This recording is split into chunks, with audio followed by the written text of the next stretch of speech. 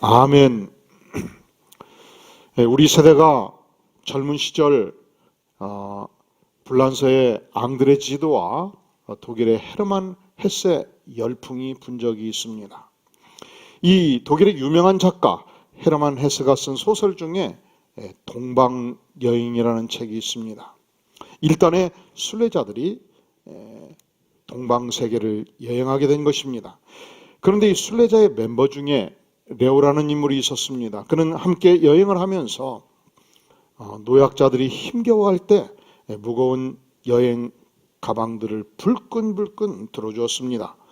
콘도에 도착했을 때 배고파하는 여행객들을 위하여 즉석에서 맛있는 요리를 해주기도 했습니다. 배탈난 병자가 있을 때 약을 처방하고 정성껏 돌보아 주었습니다. 순례 중에 여러 가지 불평스러운 일이 있고 하소연을 할 때 레오는 상세하게 경청하고 문제 해결책을 제시해 주었습니다. 말하자면 레오라는 인물 자체가 순례자들의 쉼터가 되었고 상담자가 된 것입니다. 그런데 어느 날 갑자기 레오가 사라진 거예요. 그가 일종의 돕는 역할을 했기 때문에 그가 있을 때는 그의 존재를 별로 인식하지 못했습니다. 여러분, 우리가 지금 숨 쉬고 있을 때 공기의 고마움을 잘 모르잖아요. 만약에 공기가 사라져버린다면 우리는 죽음에 이르게 될 것입니다. 마치 그와 같이 레오가 사라졌을 때 갑자기 여행이 엉망진창이 되기 시작한 것입니다. 불만이 차고 넘쳤습니다. 결국 여행은 파탄나고 만 것입니다. 추후 순례객 중 한 사람이 레오의 존재를 찾아 나섰습니다. 놀랍게도 레오는 이 순례자들의 속한 교단의 총회장이었던 것입니다. 이 소설은 작가가 원래 선교사의 아들이었습니다. 20세기 초 발간된 소설이었습니다. 그 강력한 지배력이 형성되던 그때, 제국주의가 강하게 형성되는 그때의 미래 사회를 보면서 예수 그리스도의 섬김의 지도력이 얼마나 소중한가를 소설로 형상화해 낸 것입니다. 겸손이 지도력에서 가장 중요한 영향력을 끼친다는 사실을 형상화한 것입니다. 참된 겸손이란 사실은 호령을 하거나 이웃을 해치는 지도력이 아니고 연약한 이웃을 일으켜 세우는 지도력입니다. 겸손한 자는 이웃을 성공시키고 축복합니다. 겸손한 자가 존재하는 것은 그 공동체의 위대한 자산이고 참된 축복입니다. 겸손한 인격은 자신의 부족을 알고 십자가 앞에 무릎을 꿇고 영혼을 섬기는 자의 인격이라 말할 수 있습니다. 반대편에서 여러분, 겸손의 반대말이 무슨 말이죠? 교만이죠. 교만한 자는 놀랍게도 스스로를 해칠 뿐만 아니라 이웃을 해치고 공동체를 해칩니다. 겸손한 인격은요, 세상도 좋아해요. 겸손한 인격은요, 예수 믿는 모든 사람들이 추구해야 될 인격인가 동시에 놀랍게도 직장에서도 교만한 사람은 다 싫어하고 겸손한 사람을 좋아합니다. 그런데 세상이 이율배반인 것은 세상은 겸손한 사람을 좋아함에도 불구하고 세상을 살아가는 사람들은 이 강력한 교만으로 무장해서 철권 통치하기를, 자기 권세를 자랑하기를, 자기 힘을 과시하기를 대단히 좋아한다는 사실입니다. 그 결과 교만한 사람의 마음 자체가 지옥불이고 교만한 사람이 가는 곳곳마다 지옥불을 질러댑니다. 이 교만한 자는 공동체를 분열시키고 공동체에 무질서를 가져오고 공동체에 엄청난 혼란을 가져올 수 있습니다. 따라서 우리가 한 해를 시작하면서 우리 안디옥의 모든 성도님들은 내가 속한 가정에서, 직장에서, 사회에서, 그리고 이 교회 공동체에서 교만을 꺾고 겸손한 자의 위대한 덕목을 실천하는 하나님의 백성이 될 수 있기를 주의 이름으로 축원합니다. 우리는 신자이기 이전에 그리스도의 제자입니다. 제자는 언제든지 스승의 가르침 앞에 무릎을 꿇는 자입니다. 우리 예수님께서는 우리에게 섬기는 자가 되기를 명하셨고 겸손의 인격으로 무장할 것을 요청하십니다. 그런데 실제로 겸손한 자의 삶이 얼마나 어렵습니까? 그래서 우리는 주께 묻지요. 하나님, 내가 어찌해야 이 겸손을 온몸으로 체득할 수 있겠습니까? 주님, 내가 어찌해야 겸손으로 무장한 삶을 살 수 있겠습니까? 오늘 주께서 이 부분에 대해서 명확한 가르침을 주십니다. 4장 1절에 보면 너희 중에 싸움이 어디로부터 다툼이 어디로부터 나느냐? 너희 지체 중에서 싸우는 무엇으로부터? 정욕으로부터 나는 것이 아니냐? 너희는 욕심을 내어도 얻지 못하며. 그러니까 우리가 우리 마음 안에 정욕이 있고 욕심이 있으면 겸손하기가 어려운 것입니다.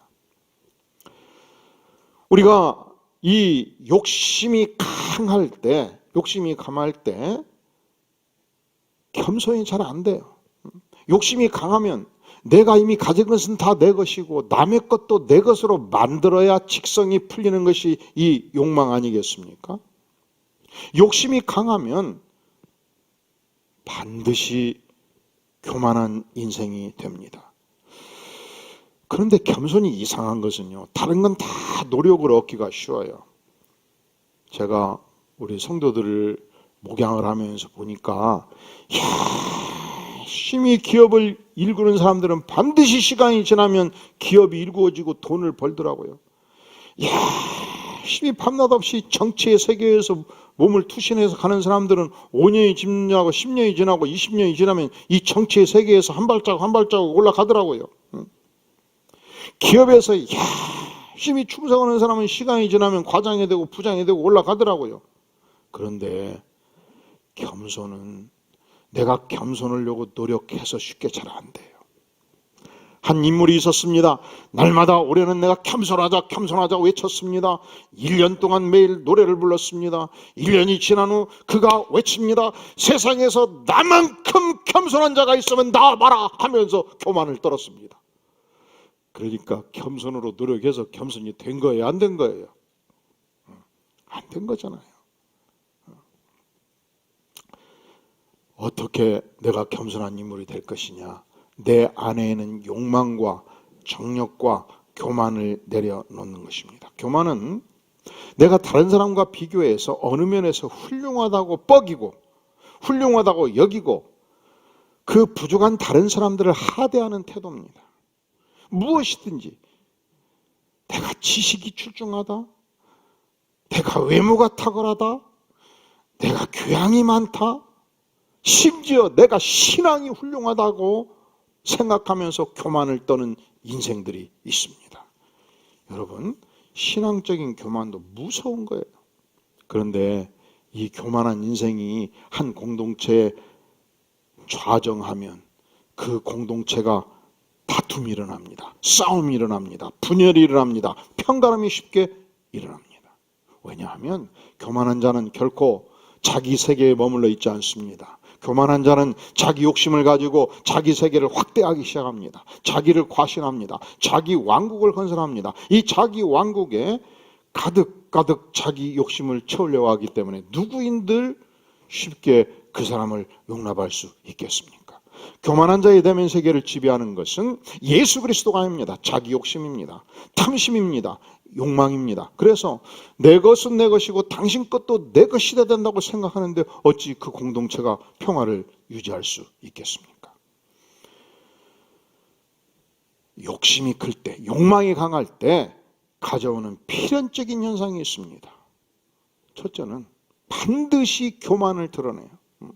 이 욕심 주머니를 채워야 되기 때문에 교만한 현상이 나타나는 것이죠. 두 번째, 반드시 공동체의 분열을 가져옵니다.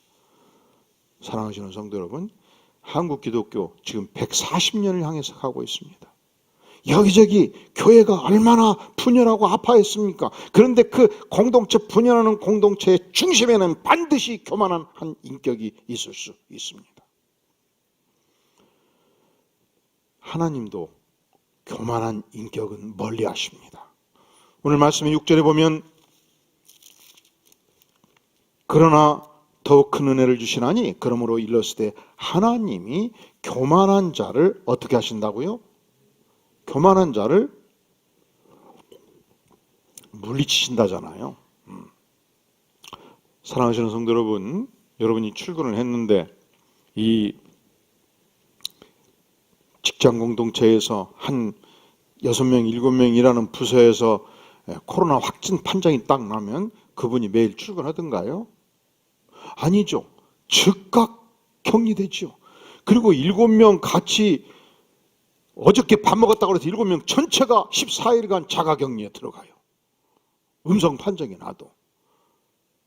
여러분, 코로나보다 더 무서운 것이 인간의 교만입니다. 코로나 걸려도 자가격리하는데 여러분, 만약에 직장에서 교만한 인격을 보면 일정한 거리를 유지해 주는 것이 나를 위해서 안전합니다. 하나님도 그 교만한 인격은 일정 거리를 유지하면서 물리치시기 때문에. 왜냐하면 교만은 한 사람에서 멈추질 않아요. 공동체 전체의 균열을 가져오고 공동체를 깨버립니다. 그래서 일정한 거리를 유지하는 것이 공동체를 보호하는 길입니다. 자, 욕심이 많으면 나타나는 현상, 교만이 나타나요. 욕심이 많으면 나타나는 현상, 공동체가 깨져가요. 욕심이 많으면 나타나는 현상, 하나님께서 이 욕심 많은 자의 기도를 응답하지 아니하십니다.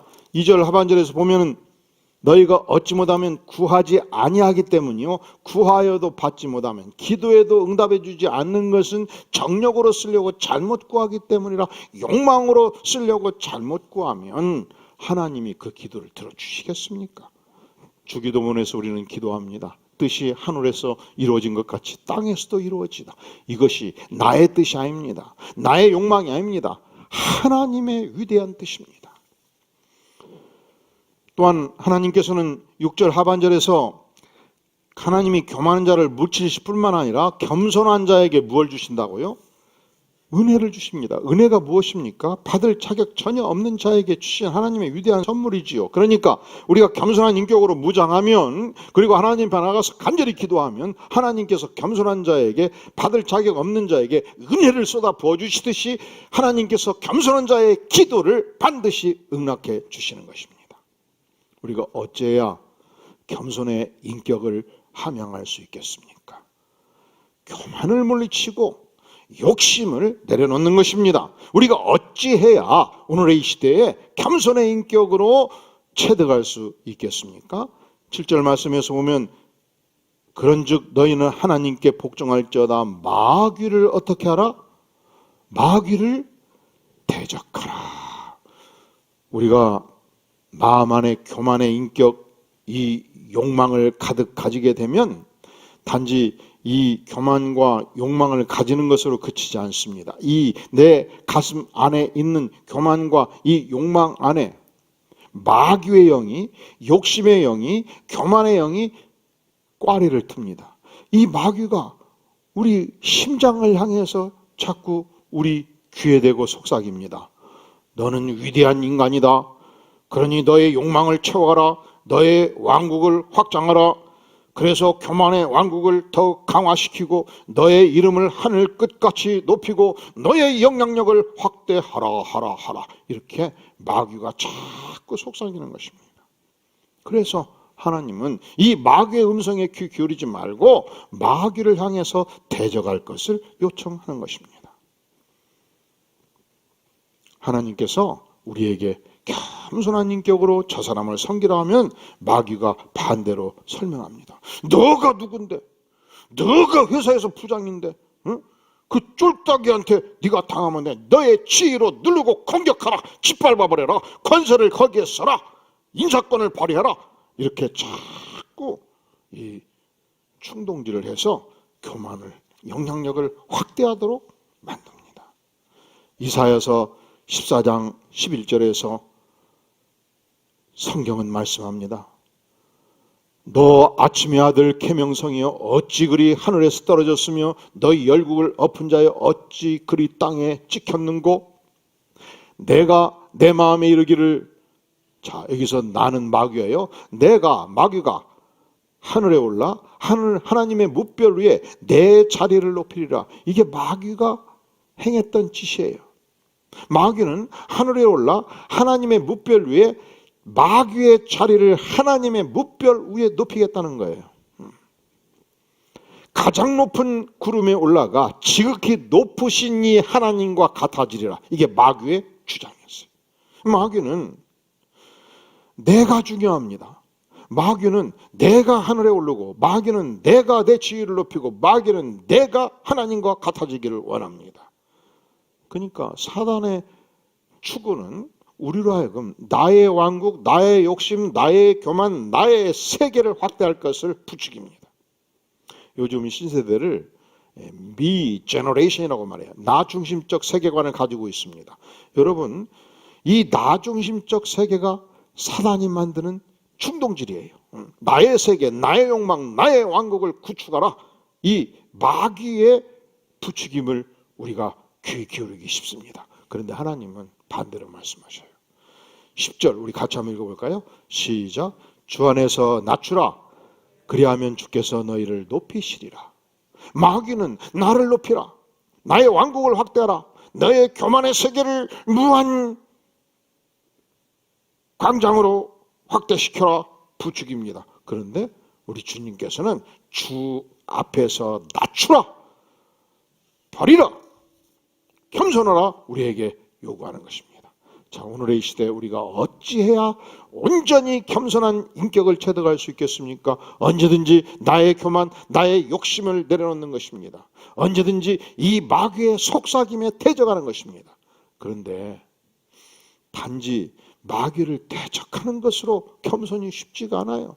왜냐하면 내 심령에 교만이 착근되어 있으면, 내 심령이 욕망으로 가득 차 있으면 쉽게 마귀의 음성에 귀 기울이기가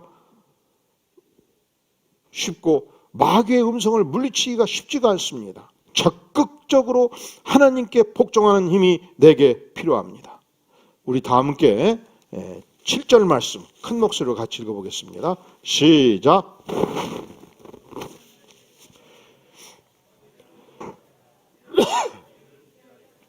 그런즉 너희는 하나님께 어떻게 할지어다?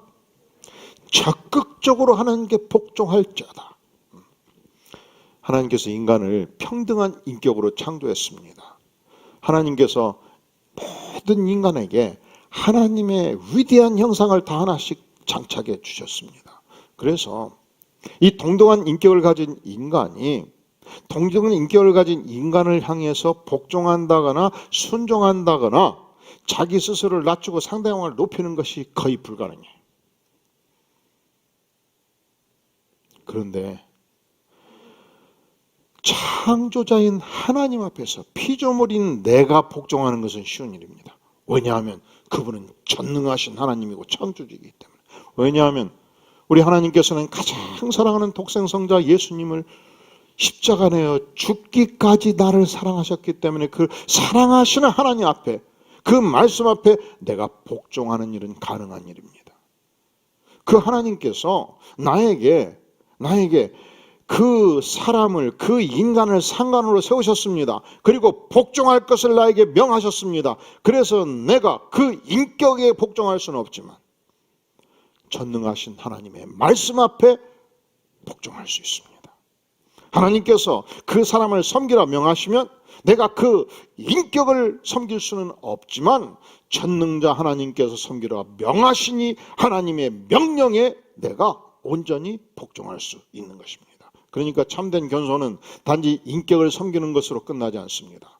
전능자 하나님 말씀 앞에 100% 복종하고 순종함으로 인격이, 온전한 겸손의 인격이 완성되는 것입니다. 예수님께서 공생의 후반부에 제자들과 함께 저녁 식사를 하게 되었습니다. 이 팔레스타인 지역은 먼지가 많은 지역입니다. 낮에 샌들을 신고 많은 여행을 했습니다. 그래서 한 가정에 들어갈 때 이 대갓집에서는 이 안방으로 들어가는 문 입구에 이제 그 물 담은 큰 그릇을 두고 대야를 두고 수건을 걸어두었습니다. 손님들이 들어오면, 주인장이 들어오면 하인이 늑달같이 달려옵니다. 물을 퍼서 하인이 주인의 발을 씻기고 손님의 발을 씻기고 수건으로 닦아주었습니다. 그러면 안방에 들어가서 유대인들은 낮은 테이블에 앉아서 비스듬히 누운 것도 아니고 앉은 것도 아니고 팔을 대고서 식사를 하는 습관이 있었습니다. 그런데 이제 예수님과 함께 여행을 마치고 대갓집을 들어가게 되었는데 이 입구에 물동이도 있고 수건도 있고 세수대야도 있는데 하인이 없는 것입니다. 이리 오너라 외쳐도 나오는 사람이 없었습니다. 나가 수제자 베드로인데 내 발을 씻으려고 생각해 보니까 뒤따라오는 바돌로메 저놈도 내가 씻겨줘야 될 것 같은데 에이 그냥 가자. 그리고 그냥 앉았습니다. 바돌로메 오다 생각하니까 사실은 베드로는 언제든 예수님이 인정했고 일도 많이 했는데 여러분 바돌로메가 예수님의 제자는 제자로 돼 헛일이 뭐가 있어요? 기억나는 게 있습니까? 가히 기록이 없어요. 이런 사람일수록 자존심은 또 하늘을 찌르지 않습니까? 내가 누군데 딱 보니까 내 발 씻다가 요한 발도 씻겨줘야 되고 안 되지. 그래서 그냥 베드로도 그냥 갔네. 그래서 앉았어요. 12제자가 앉았고 예수님도 앉아 계셨습니다. 이렇게 보니까 아무도 발을 안 씻혔어요. 끄끄하게 밥을 먹으면 되겠나? 예수님께서 일어나셨습니다. 겉옷을 벗으셨습니다. 수건을 두르셨습니다. 제자들 발을 한 사람 한 사람 씻겨 주셨습니다. 예수님은 창조주십니다. 전능하신 하나님이십니다. 스승님이십니다. 그런데 예수님께서 하인이 되기로 작정했습니다. 한 사람 한 사람의 발을 씻겨준 것은 이것은 오늘의 시대의 우주의 질서와 원칙을 완전히 뒤엎어버린 것입니다. 그리고 직급 따라 살아가는 세상의 원리를 뒤엎으신 거예요. 예수님은 우리에게 화평을 주러 왔다 말씀하시지 않았습니다. 예수님은 우리에게 혁명을 위해서 불을 지르러 왔다고 말씀하셨습니다. 그 혁명이 무엇입니까? 바로 제자들이 스승에게 복종하는 삶에서 스승이 제자를 섬기는 삶으로 바꿔버린 것입니다. 그리고 자신을 따르는 제자들에게 명령하셨습니다. 누구든지 첫째가 되고자 하면 무사람의 끝이 되며 무사람을 섬기는 자가 되어야 하리라. 너희 중에 누구든지 으뜸이 되고자 하는 자는 모든 사람의 종이 되어야 하리라. 우리 교회는 장로님이 되고 안수집사님이 되고 권사님이 될 때 성경 공부 코스 12주 14주 코스를 10코스 이상을 하게 되어 있어요. 그러면 한 5년 7년 갑니다. 그리고 장로님이 될 때 3년 동안 2가지를 하도록 했어요. 첫째는 토요일마다 이 건물이 지하 2층에 지상 7층 건물이잖아요. 모든 화장실 청소하도록 했어요. 청소. 몇 년? 몇 년? 3년. 그리고 3년 동안 교회를 개척했을 때 장로 후보 되신 분들은 봉고차로 성도들을 실려나도록 했어요. 그걸 통해서 내 존재 이유, 장로로서 이 교회에 존재하는 이유가 무엇인가? 철저하게 하나님을 섬기고 백성들을 섬기기 위해서 내가 존재한다. 뼛속 깊이 이 철학이 들어가도록. 이것은 주께서 우리에게 요청하는 철학입니다. 누구든지 첫째가 되고자 하면 무사람의 끝이 되며 무사람을 섬기는 자가 되어야 하리라.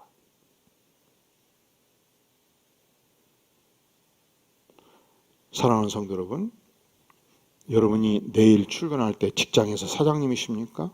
이사님이십니까? 부장님이십니까? 그렇다면 세상의 원리를 다 내려놓고 내가 예수 그리스도의 제자이기 때문에 스승의 말씀에 3개월만 철저히 복종해 보시기를 바랍니다. 그러면 반드시 겸손의 인물로 탈바꿈할 것입니다. 반드시 직장 모든 사람들이 존경하는 인물로 바꿔질 것입니다. 공동체에 위대한 혁명을 가져오게 될 것입니다. 왜냐하면 세상은 그 일을 할 수가 없어요. 세상은 동등한 인격을 가진 인간을 섬기는 것이 불가능합니다. 하나님의 백성은 하나님의 말씀을 따라 예수 그리스도의 제자로서 얼마든지 복종하고 순종할 수 있습니다. 드디어 2021년도 대망의 새해가 시작되었습니다. 앞으로 1년 어떻게 사시겠습니까? 어떻게 겸손의 인물로 탈바꿈할 수 있겠습니까? 내 안에 꽈리를 두고 있는 욕망과 교만을 버림으로 겸손의 인격을 체득하게 될 것입니다. 이 교만과 욕망의 꽈리 안에서 속삭이는 마귀를 대적함으로 내가 겸손의 인물로 바꿔지게 될 것입니다. 내가 인격을 섬길 수 없는 사람이지만, 같은 인간이지만 하나님의 말씀에 철저히 복종함으로 말미암아 영혼을 섬기는 축복을 누리게 될 것입니다. 참된 예수 그리스도의 제자로서 2021년도 겸손의 인격으로 무장하는 복된 생애, 드디어 오늘부터 진행될 때 하나님의 영광이 나타나기를 주의 이름으로 축원합니다. 다 함께 머리 숙여 기도합니다. 영광의 주님, 우리는 참으로 교만하고 욕망이 많은 자였습니다. 우리는 이 마귀의 속삭임 앞에 쉽게 굴복하는 사람들이었습니다. 그러나 주님, 이 시간 우리를 사랑하시는 예수 그리스도의 인격 앞에 서서 주의 말씀에 순종하여 하나님께 철저히 순종하여 진정한 겸양, 겸손의 인격을 배우기를 함양하기를 구하오니 영광의 주님, 우리 심령 안에 임하시고 우리를 다스리시며 우리를 선하게 인도하여 주시옵소서. 예수님의 이름으로 간절히 기도하옵나이다.